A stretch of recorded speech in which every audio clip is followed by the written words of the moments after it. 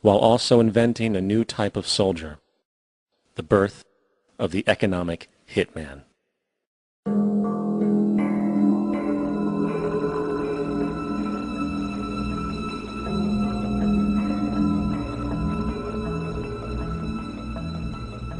We economic hitmen really have been the ones responsible for creating this first truly global empire. And we work many different ways.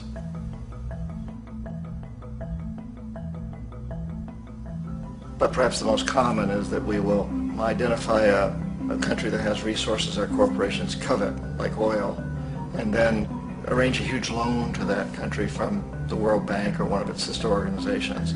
But the money never actually goes to the country. Instead, it goes to our big corporations to build infrastructure projects in that country, power plants, industrial parks, ports, things that benefit a few rich people in that country, in addition to our corporations, but really don't help the majority of the people at all. However, those people, the whole country is left holding a huge debt. It's such a big debt they can't repay it, and that's part of the plan, that they can't repay it. And so at some point, we economic hitmen go back to them and say, listen, you owe us a lot of money, can't pay your debt, so sell your oil real cheap to our oil companies. Allow us to build a military base in your country, or send troops in support of ours to someplace in the world like Iraq, or vote with us on the next UN vote.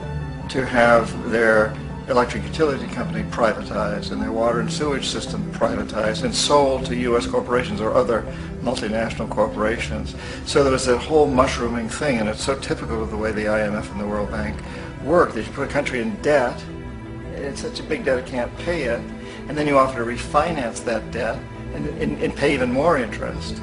And you demand this quid pro quo, which you call a conditionality or good governance, which means basically that they've got to sell off their resources, including many of their social services, their utility companies, their school systems sometimes, their penal systems, their insurance systems, to foreign corporations.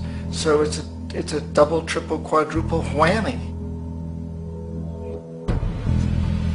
The precedent for economic hitmen really began back in the early 50s when democratically elected Mossadegh, who was elected in Iran, he was considered to be the hope for democracy in the Middle East and around the world. He was Time Magazine's Man of the Year. But one of the things that he'd run on and began to implement was the idea that foreign oil companies needed to pay the Iranian people a lot more for the oil that they were taking out of Iran. The Iranian people should benefit from their own oil.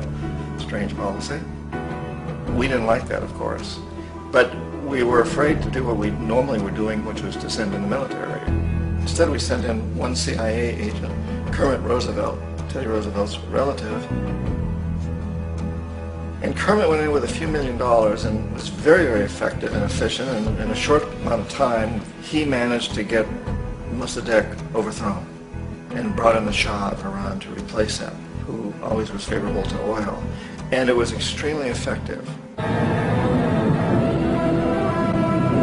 Mobs overflow Tehran. Army officers shout that Mossadegh has surrendered and his regime as virtual dictator of Iran is ended. Pictures of the Shah are paraded through the streets as sentiment reverses.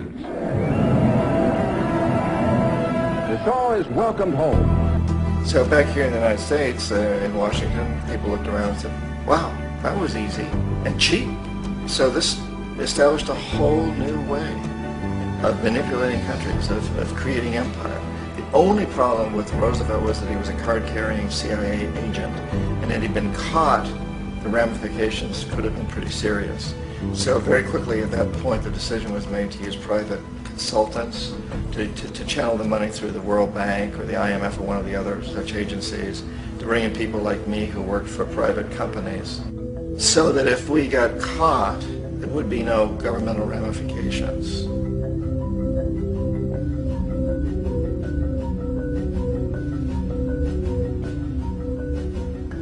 When Arbenz became president of Guatemala, the country was very much under the thumbs of United Fruit Company, the big international corporations. And Arbenz ran on this ticket that says, you know, we want to get the land back to the people.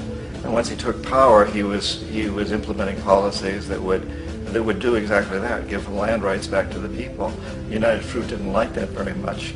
And so they hired a public relations firm, launched a huge campaign in the United States to convince the United States people, the citizens of the United States, and the press of the United States, and the Congress of the United States, that Arbenz was a Soviet puppet, and that if we allowed him to stay in power, the Soviets would have a foothold in this hemisphere. And that at that point in time was a huge fear on everybody's mind, the Red Terror, the Communist terror. And so, to make a long story short, out of this public relations campaign came a commitment on the part of the CIA and the military to take this man out. And in fact, we did. We sent in planes, we sent in soldiers, we sent in jackals, we sent everything in to take him out, and did take him out.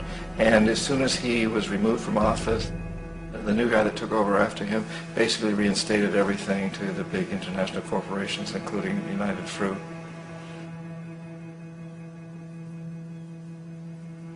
Ecuador for many, many years had been ruled by pro-U.S. dictators, often relatively brutal. Then it was decided that they were going to have a truly democratic election. Jaime Roldos ran for office, and his main goal, he said, as president would be to make sure that Ecuador's resources were used to help the people. And he won, overwhelming, by more votes than anybody had ever won anything in Ecuador.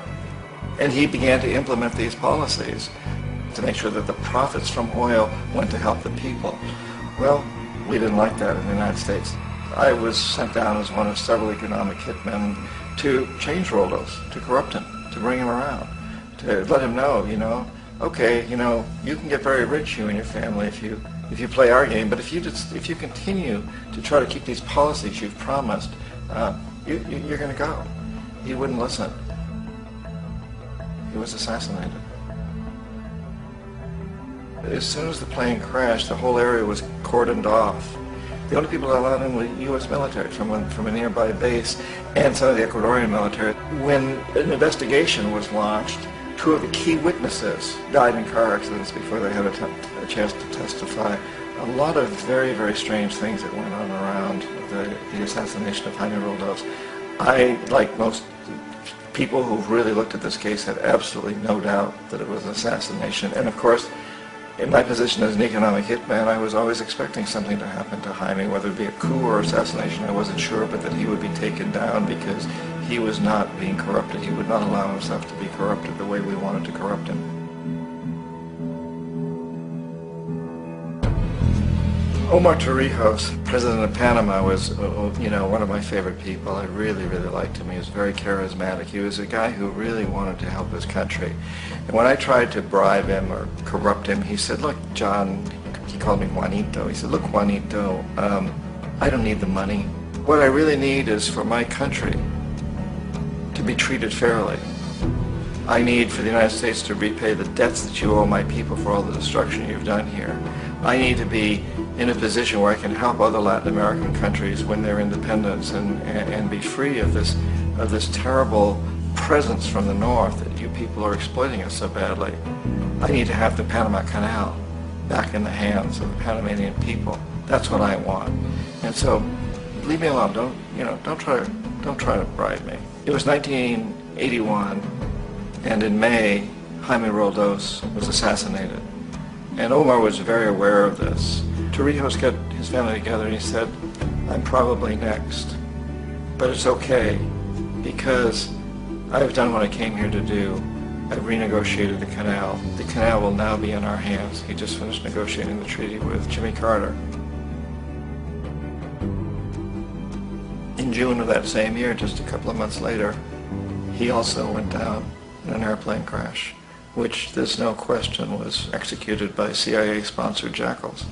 Tremendous amount of evidence that one of Torrijos' security guards handed him at the last moment as he was getting on the plane a tape recorder, a small tape recorder that contained a bomb.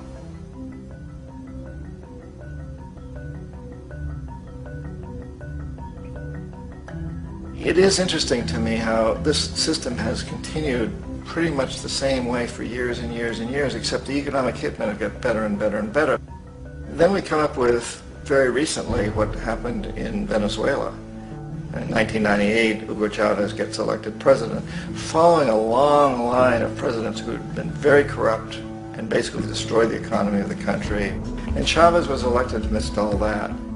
Chavez stood up to the United States And he's done it primarily demanding that Venezuelan oil be used to help the Venezuelan people. Well, we didn't like that in the United States.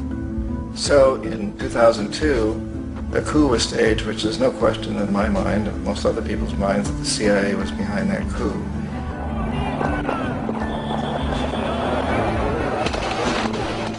The way that that coup was fomented was very reflective of what Kermit Roosevelt had done in Iran, of paying people to go out into the streets, to riot, to protest, to say this Chavez is very unpopular. You know, if you can get a few thousand people to do that, television can make it look like it's the whole country, and things start to mushroom.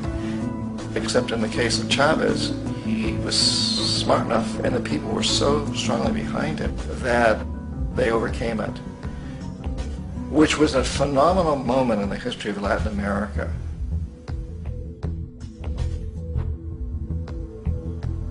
Iraq actually is a perfect example of the way the whole system works. So we economic hitmen are the first line of defense. We go in and we try to corrupt governments and get them to accept these huge loans, which we then use as leverage to basically own them.